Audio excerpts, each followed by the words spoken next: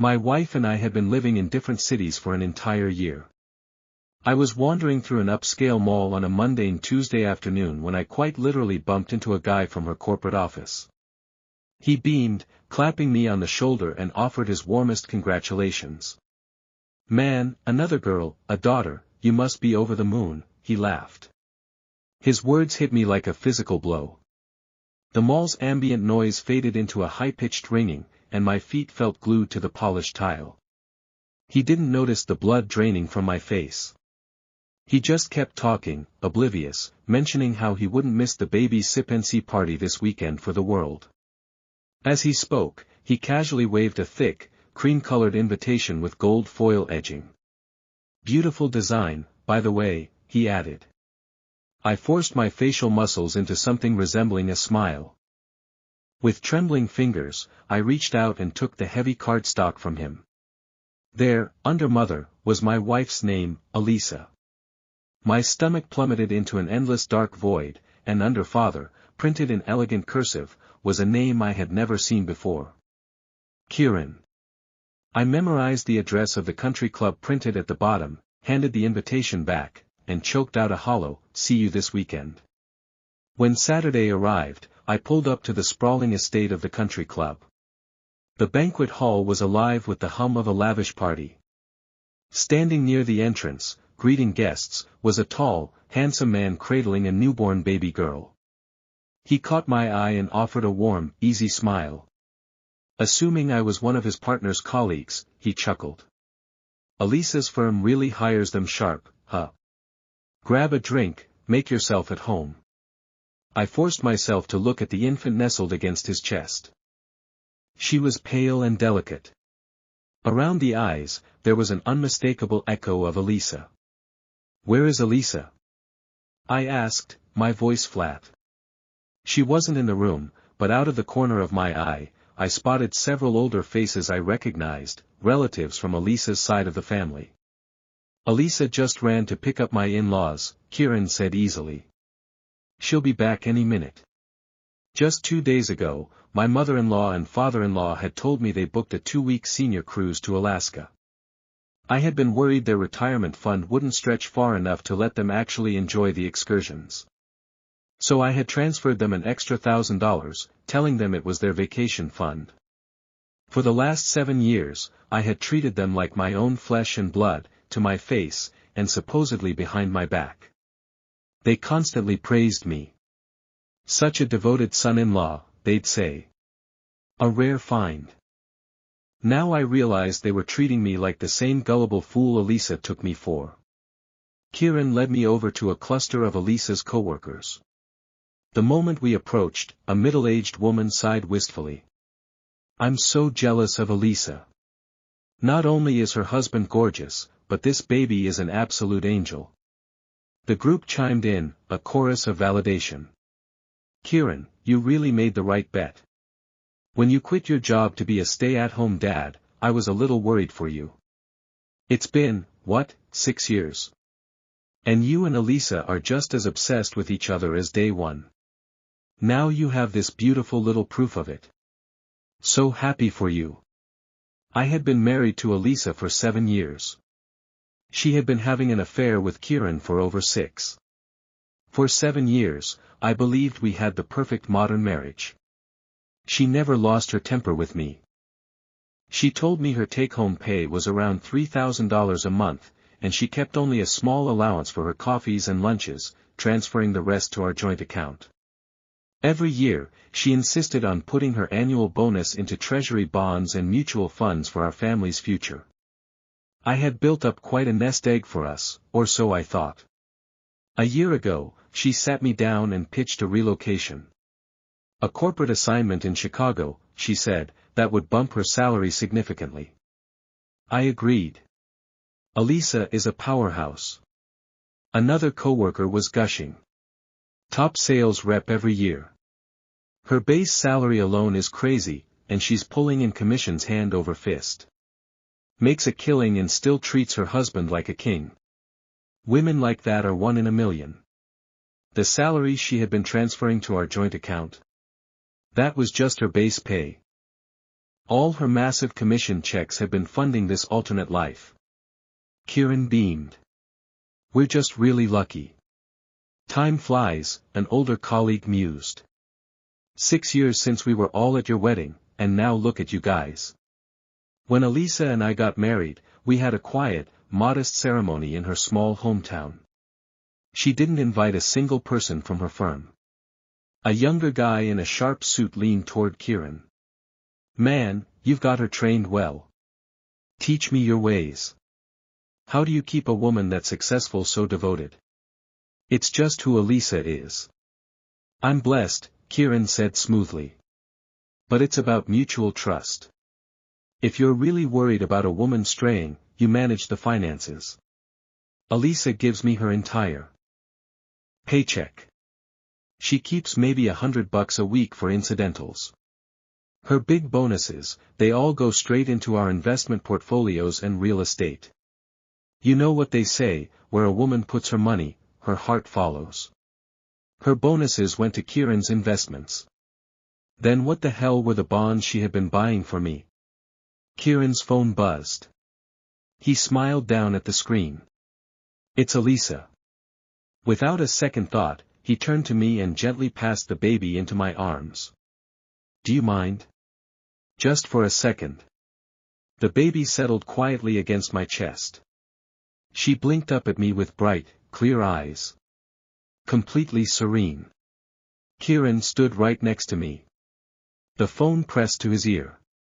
Elisa's voice drifted clearly through the speaker. Hey babe, you've been running around all morning. Please tell me you're resting. I just picked up mom and dad. Traffic is a nightmare. So don't stress if we're a few minutes late. Kieran's voice was dripping with affection. I'm fine, honey. Take your time. Drive safe. I love you. He hung up, and the coworkers practically swooned. You guys are sickeningly cute. She texts you every hour at the office. All these years and the honeymoon phase never ended. She watches over you like a hawk. Kieran, you found the unicorn. Every woman on earth could cheat, and Elisa still wouldn't. I had thought Elisa was so attentive. She called me every single day. She texted me every morning. Sure, the calls were brief, usually less than a minute, but I never doubted her. I was balancing a demanding job, raising our son, managing the household. My time was packed. She was a busy executive. Short calls made sense. I never realized she was saving the intricate, intimate details of her day to share with another man. Holding the baby, I found a quiet chair near the edge of the room and sat down. A flash of gold caught my eye. Clasped around the baby's tiny wrist was a custom-made gold charm bracelet. The charm was a delicate, intricately carved dove. I recognized it instantly. 7 years ago, right after we found out Elisa was pregnant with twins, a boy and a girl, my mother went to a legacy jeweler in the city. She had them custom cast a matching set of gold medallions, a sparrow for the boy, a dove for the girl. But life is cruel. There were complications during the delivery. We only saved our son. I had been entirely destroyed by the loss. The sparrow medallion went around my son's wrist, where he wore it every day as he grew. The dove medallion went into the velvet-lined safe in my bedroom. I ran my thumb over the raised wings of the dove, then gently flipped it over. Engraved clearly on the back was one word. Joy. It was the name I had chosen. Joy. Because I wanted her life to be full of it. Her name is Joy, Kieran said, walking over with a smile and taking the seat next to me. Elisa chose it. She even gave her her own maiden name. I didn't mind. He pointed to the bracelet. Elisa had that custom made too. You have no idea how much she's always wanted a daughter. I kept my voice dead level. She really takes care of you. Kieran laughed, settling into an easy conversational rhythm. You must be new at the firm, right? I know most of the veterans. People come and go, I murmured, staring straight ahead. Elisa said there's been a lot of turnover. The benefits at her company are great, but man, the travel used to be brutal, Kieran sighed. Thankfully, she hasn't had to travel at all this past year. But before that, she was on the road 2 weeks out of every month. It was tough, but we survived. Yeah, survived. Before Elisa took her relocation assignment this past year, she used to travel for work for about 15 days every single month. I had felt so terrible for her, living out of suitcases, exhausted by airports. Because I wanted her to rest when she was home, I took on everything. I did all the cooking, all the cleaning, the school runs. When her parents got sick, I was the one sleeping in the vinyl chairs at the hospital. I managed their home care. I never asked her to lift a finger. Even as our physical intimacy dwindled to almost nothing over the years, I never complained. I thought she was just burning out.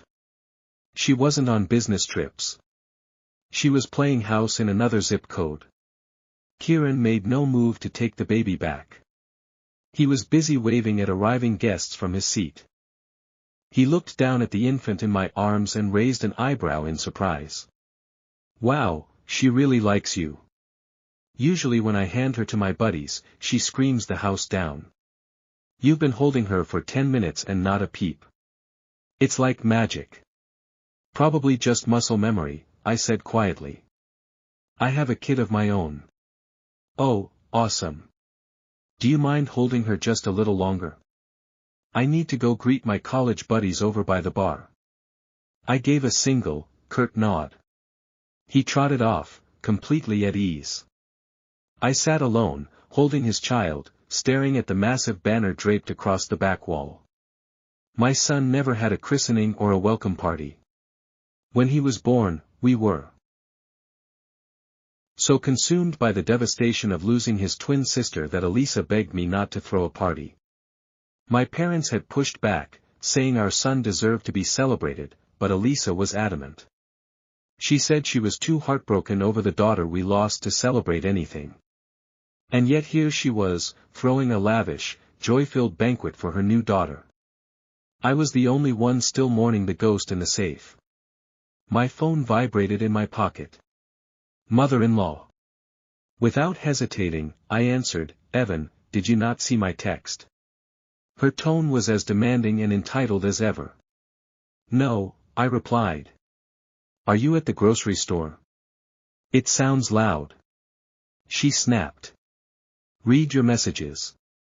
I can't hear you anyway. Just text me back. She hung up. I opened the text thread. 20 minutes ago, she had written, Evan, a distant cousin just had a baby. We need to send a gift. I don't have enough in my checking account right now, so wire me $2,000. It's family obligation. We can't look cheap. These people were not only playing me for a fool, they were actively trying to get me to fund the gift for my wife's bastard child. I didn't reply. A minute later, another text popped up. Evan, hurry up. We can't embarrass the family. I left her on read. I would wait for her to walk through those double doors. A third text arrived. I always thought you were a respectable, generous man. I guess I was wrong. Never mind. If you won't do it, I'll figure it out myself. I treat you like my own son. You're the best son-in-law in the world. We are so blessed to have you in the family. It had all been a punchline, and I was the joke. Kieran wandered back over, pressing his phone to his ear. I could hear Elisa's voice vividly through the receiver. Honey, Mom just surprised us with another piece of gold jewelry for the baby. She didn't have to do that. Kieran laughed softly. Joy has enough jewelry to open a store. Elisa's voice took on a serious, reverent tone. No, this one is different. It's a gold sparrow. Mom had it blessed at a cathedral years ago. It's highly protective, not just regular jewelry. 2 days ago, my son had packed his bags for a summer camp. Right before he got on the bus, my mother-in-law told him to take off his gold sparrow medallion so he wouldn't lose it in the lake. My son, trusting his grandmother, handed it over to her for safekeeping. She had stolen my son's protective charm, the very symbol of his survival, to gift to Elisa's illegitimate child. Kieran smiled warmly into the phone. Tell Mom thank you. That's incredibly thoughtful.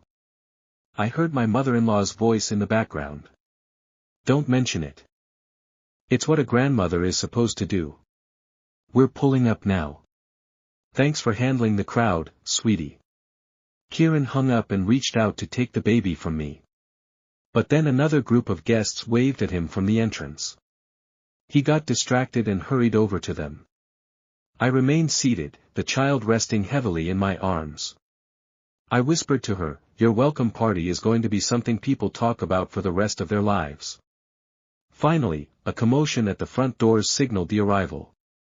Through the parting crowd, I saw Elisa and her parents making their grand entrance. I stood up, holding the child, and began walking methodically toward the small stage at the front of the room.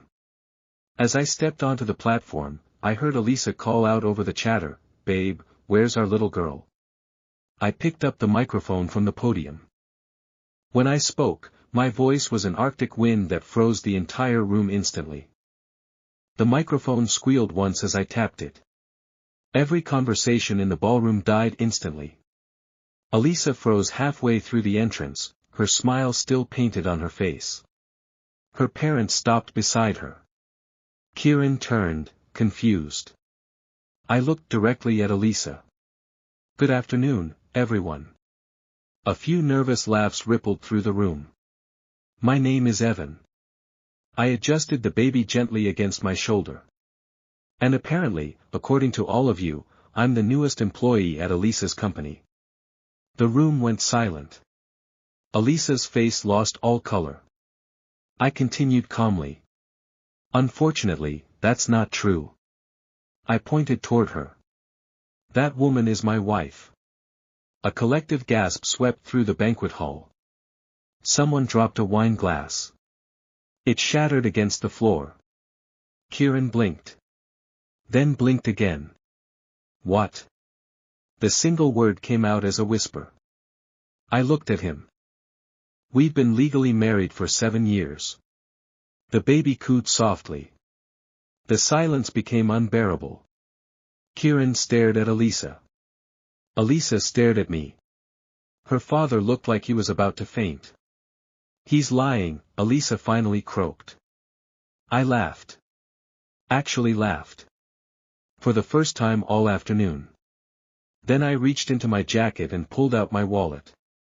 Inside was a photograph. Our wedding day. I held it up. "Anybody recognize the bride?" The front row leaned forward. The color drained from every face. I wasn't finished. "Oh, but that's not even the best part." I reached into my pocket again. This time I produced my phone. 7 years of marriage. Tax returns. Joint bank accounts. Anniversary photos. Family vacations. Pictures of our son. Every image appeared on the giant projector screen behind me. One after another. Like a funeral slideshow. Except the deceased was Elisa's reputation. The room erupted. "What the hell? Married? 7 years. She has another kid. There's another child." Kieran looked physically ill. His eyes jumped from the screen to Elisa. Then to me. Then to the baby. Then back to Elisa. "You told me he was your ex." Nobody breathed. Elisa's mouth opened. Closed. Opened again. "You said the divorce was finalized." The room exploded into shouting. Kieran staggered backward as though someone had punched him. "You said you left him years ago." I almost felt sorry for him. Almost. Then I remembered the 6 years. The lies. The stolen money. The stolen memories. The stolen future. And the sympathy disappeared. Then I held up Joy's wrist. The dove bracelet gleamed beneath the ballroom lights. I'd also like to thank my mother-in-law. Her head snapped upward. I smiled coldly. For stealing jewelry from my son. The room quieted again. I held up the dove. This belonged to my daughter. Then I pulled the matching sparrow medallion from my pocket. Earlier that morning, before coming here, I'd stopped at my mother-in-law's house. My spare key still worked. The sparrow was exactly where I expected. Inside her jewelry box. The room watched in stunned silence. One child survived. I lifted the sparrow. One didn't. Then I lifted the dove. And somehow my wife's affair baby ended up wearing both. Nobody moved. Nobody spoke. Even the musicians had stopped breathing. Elisa's mother collapsed into a chair. Her father buried his face in his hands. Kieran looked like the floor had vanished beneath him. Then the final blow landed. A voice rang out from the crowd. One of Elisa's senior executives. Wait. The woman stood. Slowly. Corporate assignment. Elisa looked terrified. The executive's expression darkened. There was no corporate assignment. Every head turned. The woman folded her arms. Chicago wasn't company business. Oh. That got everyone's attention. The executive continued. She resigned 12 months ago. The room erupted again. Elisa's jaw dropped. Apparently she hadn't expected her boss to attend. Resigned, someone shouted. Then where has she been working? The executive laughed bitterly. That's a fantastic question. Suddenly nobody was looking at me anymore. Every eye in the room was fixed on Elisa. Her entire house of cards was collapsing at once. Then her phone rang. The timing couldn't have been more perfect. The ringtone echoed through the silent ballroom. She stared at the screen. Then went pale. Paler than before. I recognized the number immediately. So did she. The fraud investigator from our bank. Because 3 weeks earlier I discovered something interesting. The treasury bonds she'd been buying every year. They didn't exist. Not one. Every statement she'd shown me was forged. I smiled. The investigator called again. And again. And again. Everyone watched. Nobody spoke. Finally I stepped down from the stage. I carried joy across the room. Kieran stood frozen. I placed the baby gently into his arms. He accepted her automatically. Still in shock. Then I leaned close enough that only he could hear. Congratulations. His eyes lifted to mine. She's all yours. I walked past him. Past Elisa. Past her parents. Toward the exit. Halfway there, I stopped. Without turning around, I said. Oh, and Elisa. Her voice cracked. Evan. The divorce papers were filed yesterday. The room went silent one last time. You should probably answer your phone. Then I walked out. Behind me, the ballroom finally descended into absolute chaos. The fallout was swift. Brutal. And completely public. Within 48 hours, every lie Elisa had spent 6 years building had collapsed. Kieran left first. Not because of me. Because of the money. Once forensic accountants started digging through the finances during the divorce proceedings, the truth came out. There were no investment properties. No thriving portfolios. No secret nest egg. Elisa hadn't been building a second life. She had been financing an illusion. Luxury vacations. Designer handbags. Private clubs. Social media perfection. The appearance of wealth. The appearance of success. The appearance of happiness. The commissions she hid from me had vanished almost as fast as she earned them. When Kieran realized there wasn't a hidden fortune waiting for him at the end of the tunnel, the fairy tale died overnight. He moved out 3 weeks later. By the end of the month, he was petitioning for full custody of Joy because he was the only stable parent left. The irony was almost poetic. The stay-at-home husband Elisa adored suddenly became the single father she never wanted to be tied to. Meanwhile, my mother-in-law's theft of the sparrow medallion ended up being the final nail in the coffin. My son told investigators exactly what happened. Several family members admitted they had witnessed her taking it. When confronted, she tried claiming it had been a misunderstanding. Then someone produced photos from the party. Joy wearing both charms. The same day. The excuse died instantly. For the first time in my life, I watched my mother-in-law speechless. No manipulation. No tears. No guilt trips. Nothing. Because she knew she had been caught. My father-in-law filed for separation 6 months later. According to him, he'd spent years convincing himself he was protecting the family. Eventually he realized he was helping destroy it. As for Elisa, the divorce lasted nearly a year. Every financial record was examined. Every hidden account uncovered. Every forged document exposed. The fake bond statements were particularly devastating. The judge was not amused by forged financial documents presented within a marriage. By the time everything was finalized, Elisa walked away with almost nothing. The woman who had spent years maintaining 2 families ended up belonging to neither. Her professional reputation evaporated. Her extended family stopped speaking to her. Most of her former friends quietly disappeared. Even the relatives who had attended Joy's welcome party wanted nothing to do with the scandal afterward. Turns out people love a secret. Just not when they're the audience that got tricked. The hardest part wasn't the divorce. It wasn't the betrayal. It wasn't even learning that 6 years of my marriage had been a lie. The hardest part was my son. One night, several months after everything ended, he sat beside me on the porch. The sunset painted the sky orange and gold. He was turning 13.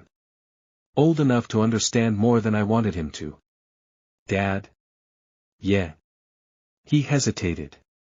Then asked the question that had been haunting him. Did Mom ever love us? I stared at the horizon for a long time. Finally I answered. I think she loved the idea of us. He nodded slowly. Neither of us said anything after that. Some questions don't have better answers. A year later, I opened the safe in my bedroom. Inside sat the velvet box. For years, it had held only grief. The memory of a daughter who never came home. But now there were 2 charms inside. The sparrow. And the dove. I had recovered both. They belonged together. Just like they always should have. I closed the lid and locked the safe. Then I drove to my son's baseball game. He was waiting on the field, taller than ever, laughing with his teammates. Healthy. Happy. Alive. For years I had been mourning everything I lost. My marriage. My trust. My daughter. The future I thought I had. Standing in those bleachers, watching my son wave at me from across the diamond, I finally understood something. Elisa had spent 6 years living 2 lives. In the end, she lost both. I had spent 6 years being deceived. Yet somehow I still kept the only thing that truly mattered. My son. When the game ended, he jogged over and tossed me his glove. Come on, old man, he grinned. Let's see if you can still throw. For the first time in a very long time, I laughed. A real laugh. The kind that doesn't hurt. And together we walked toward the field, leaving the ghosts exactly where they belonged.